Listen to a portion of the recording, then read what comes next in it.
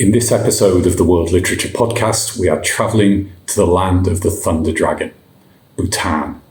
From the snow-capped peaks of the Himalayas and down through valleys lined by fluttering prayer flags, the country is pervaded by tales of magic and demons, cruelty and kindness, and even the fabled Yeti.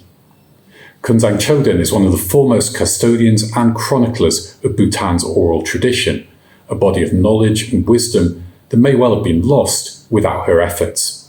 And today, we'll be discussing her collection, Folktales of Bhutan. Welcome to the World Literature Podcast. My name's Ivan Stacey, and on this channel, we discuss literature from around the world, delving into the places, people, and ideas brought to life in fiction, drama, and poetry. In each episode, I invite an expert or author to give their views on a work of literature.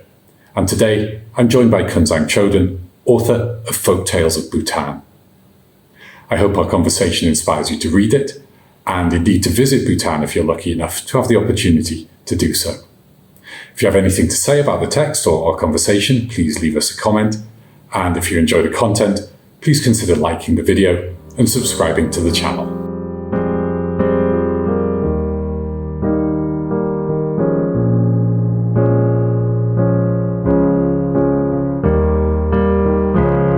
Kunzang Choden is author of two collections of folktales, Folktales of Bhutan, which we're discussing today, and Bhutanese Tales of the Yeti. She's also author of the first Bhutanese novel to be published in English, Circle of Karma, and of the young adult novel, Dawa, The Story of a Stray Dog in Bhutan.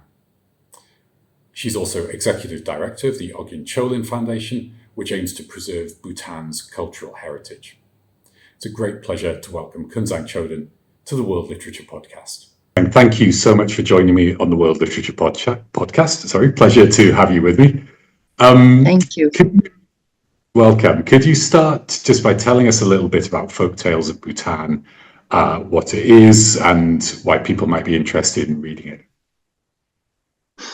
Yeah, I think folktales used to be very important as a child, when I was a child growing up, and because we had no other source of, we didn't read, there was nothing to, there were no other distractions except to rely on folktales. So actually we were fed on folktales, and our world perception and our understanding of the realities and the environment was based on the folktales that we heard. And nowadays, the younger people did not have that same experience. So I think it's very important that with the onslaught of all the influence coming from other cultures and other means, it's very important to hold on to our folktales, record them, and keep them for the generations to come, to appreciate, to take ownership, and there should be some continuity, because the danger is that they will. So I think the folktales were important for us as children, and at this age and time in Bhutan, I think it's important to record them before we lose them. And can you just say something about how you selected the tales that went into the collection? Is that a sort of encyclopedia of all the tales you knew? Are they your favorites? Are they the most famous ones? Most people of my age and older generations, we listen to folk tales all the time. And as a child growing up in remote Bhutan, folk tales was our everyday fare. We listened to folk tales all the time. And why I decided to record and document them, and how it came about was after I was about over 9 years old, I was sent to school in India, which is very new, very alien, and everything was so different. And, it was an English-speaking school run by Irish nuns, and we were sent there, never having heard, any English language or anything like this. And I was very lonely because I couldn't speak to anybody, and nobody anybody who spoke to me, I couldn't understand what they were saying. So the only solace I had was in the evenings when we were in bed to tell my stories that I had heard in my home, which gave me a grounding and some validity of who I was, because everything was strange. So that was the time when I began to remember the folk tales I had heard as a child, and that gave me some comfort. And I didn't have to pretend to be somebody, new as imposed on me by the environment and the institution, but I could be myself. And so the realization that these stories were very important in my life always stayed with me. And even when I into my adult years, and at the time, many years later, when I had my own children, and because they are children, father and their father and I were of different cultures, and we were living in a third country. We were living in the United States, and often they came as little children, asking us, "Who are we?" So because they were also feeling quite alienated, and that's the time when I decided that just as it helped me in my own childhood to connect to my roots, to give me comfort and identity, maybe I should write down the stories before they're completely lost. So I wrote down these stories. I didn't collect them. They were just stories that I had heard in my childhood. And I wrote it down first for my children. And later on, as I worked on it and, thought about it and reworked on it, I felt that maybe it's not only my children, but other children of their generation and generations to come will value these stories. So that's when the idea of getting them published was conceived. I pursued it, and for a publisher in Bangkok, took the risk and said, I will publish it. And so that's how the first publication of my compilation of my stories came about. And it's very interesting to me, the idea of writing them down came to be important to you. I'll come back to the writing in a moment. Just before that, you've mentioned, how just you were fed these stories, I think is what you said. Will you say a bit more about, I guess, the context in which you heard them? Were they told in a sort of, in a particular place, like in the home, in a certain part of the home? Were they just told all the time? How yeah, can you give us a sort of picture of, I guess, how these stories... These stories were very, it was not planned, programmed, that we had to be in a certain place and structured. It was very spontaneous. Just people gathered around, around the hearth after dinner, and then there was no light. No electricity was not there in the 1950s. And mobile phones were not there. Nowadays, people are all occupied with mobile phone, television, and all. But in the old days, when I was a child, we used to sit around and listen to the stories. These were the main times. This was the main place where we listened to stories. We used to warm ourselves by the fire and tell stories. And there wasn't a storyteller as such. Everybody joined in and told the stories we heard. We shared, we intervened, we, interjected. So it was very inclusive. Everybody could talk, and there was no age group. Grandfathers were there, the adults were there, young children were there, babies were on the laps. So this was the place we most often listened to stories. But we also told stories when we were traveling, long journeys. And nowadays, of course, people pay quite a lot to, travel and trek in the country, and they're preoccupied with taking pictures and recording and things like that. In those days, we just walked and talked, and the talking always led into stories, the stories about this particular place, an incident that took place to somebody's grandfather or uncle. So it was very spontaneous. And it was not always stories that we listened quietly. It was very, very interactive. I mean, even the child could interact and say, "This is not true.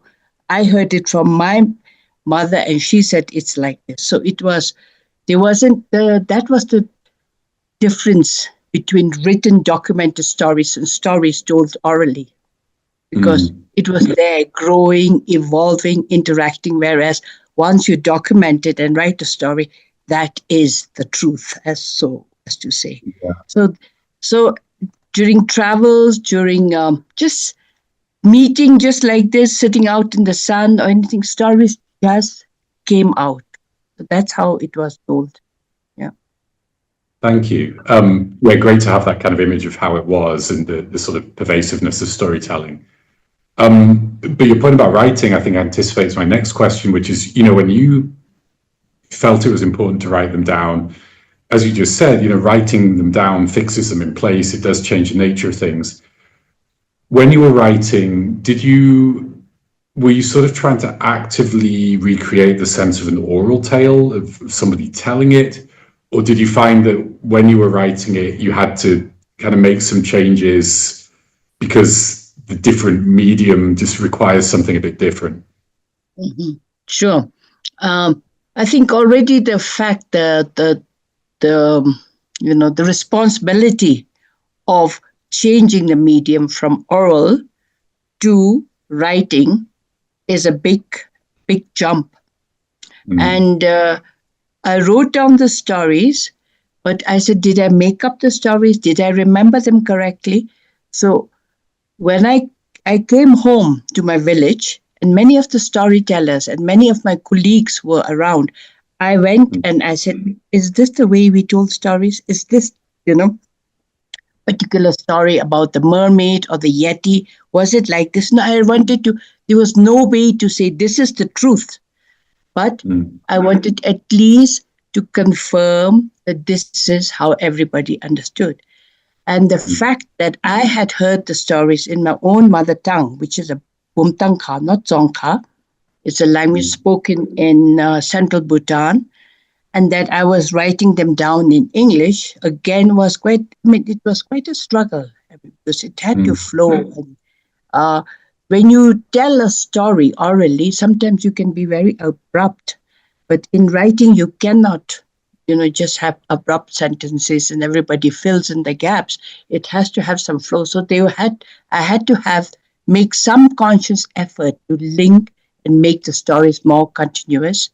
And for instance, even describing a place, if I'm describing a place where there's a cave and the spirit is supposed to live in that cave, when we mention the name of the cave, everybody in the group, when we're telling the story, knew if I just mentioned the place.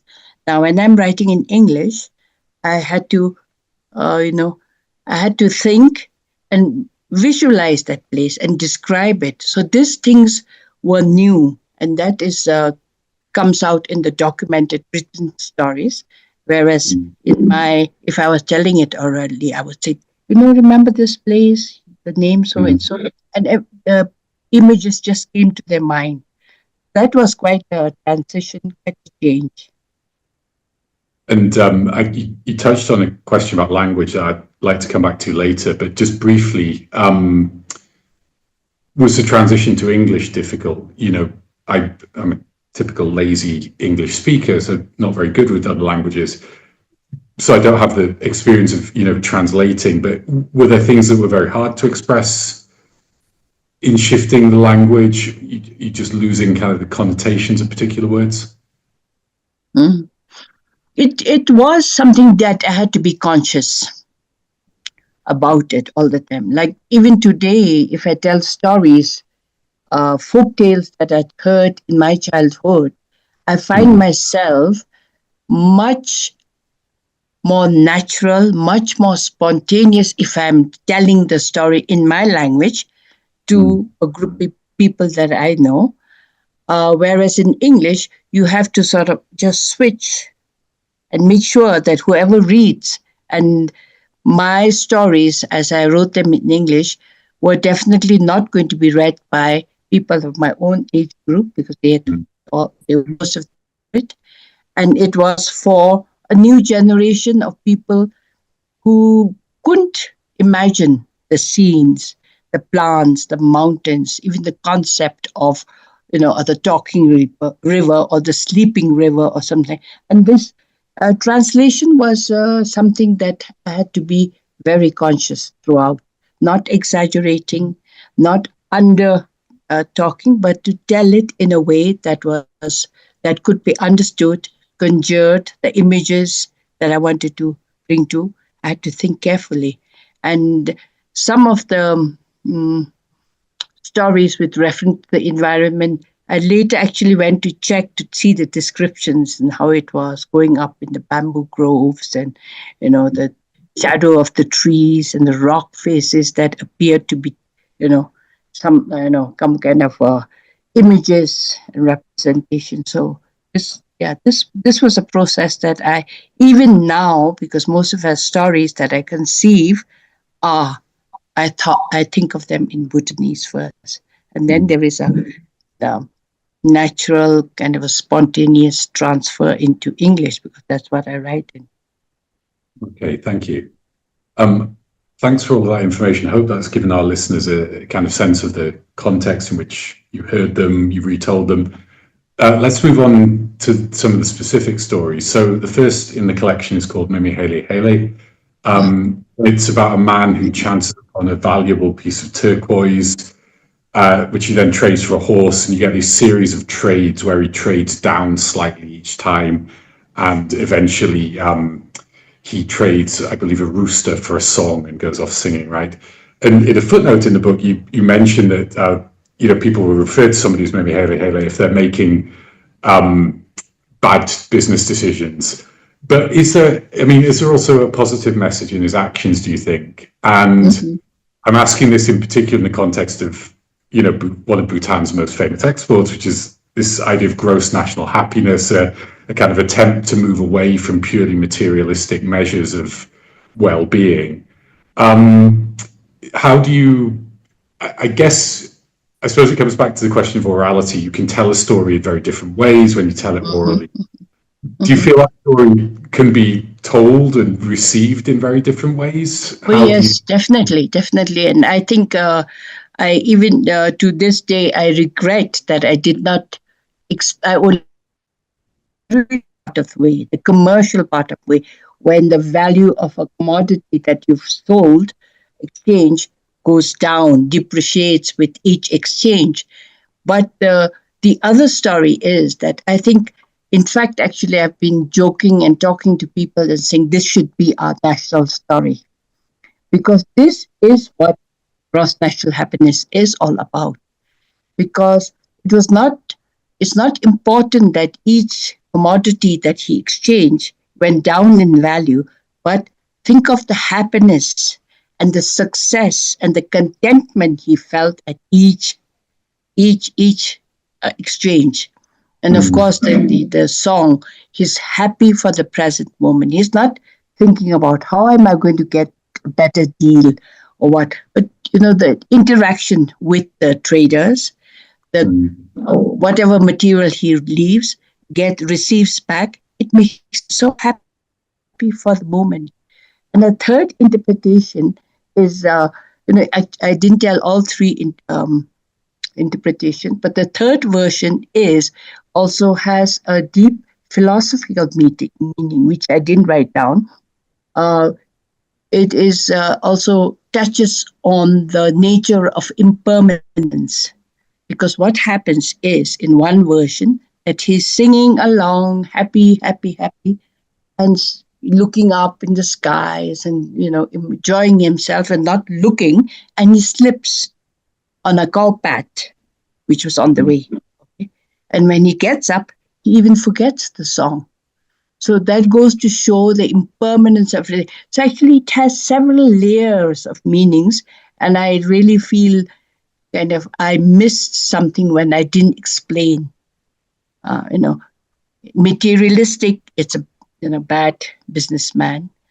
If you think of the contentment, he's happy with every exchange, and then in the end, you don't hold on to anything. Everything disappears. everything is impermanent. So actually, Mim Heyley has its story should be rewritten and looked at the three different levels. That's interesting you say that. The concept of impermanence, of course, very much central to Buddhism, and we'll come to the question in the second part. Do you have plans to rewrite then a new version of Heyley Heyley and offer some of these? Oh yes, I have plans. I have been writing a lot of in the recent years. In fact, I've been concentrating on writing children's books. And most of the children's books that I have written so far are based on, from my collection, I've taken some, but also based on the beliefs and the realities and some kind of legend. And instead of just reading the stories, I'm hoping that one day I'll find an artist who will be able to actually demonstrate Mim Heyley Heyley at these three different levels and somehow bring them all together. You mean like a visual artist? Oh, okay. Yeah. Oh, I'd love to see that. Okay, yeah, please. Final question, Heyley Heyley. Would you say that's the most, you said it should be the national story of Bhutan. Is it the most famous of the stories in that collection? It is quite well known. In my language, in Bumtangka, we call him Mim Heyley Heyley, the happy man. And in Dzongkha, it's called Sige Sige. So, the same story continues in different parts of the country with different names. And what was really interesting for me is some years ago, when I was invited to talk to people in Switzerland, and I told them the story of Mim Heyley Heyley, and somebody from the audience got up and said, "That's our story." And in German, it's called Hans im Glück, Happy Hans. And that's our story. And I began to realize that the universal yearnings for people, our ideals of what brings happiness, what brings unhappiness, is actually there. I mean, we didn't even know he was. I hope he was too serious, but I think he was teasing and saying, challenging me and say, "You stole our story."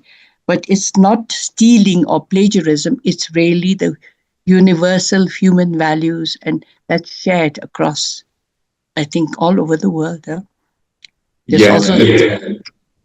There's another point I'd like to address actually a bit later, just how, in some ways, how recognizable elements of the stories are. And it just does seem to be a feature of folktales. You get the same kinds of figures, the same kinds of things popping up. I think this would be a good time for a pause. So I've mentioned a few things to come back to. So let's finish the first half there. Thank you so much for your answers so far. Let's take a break. Please, everybody, do join us for the second.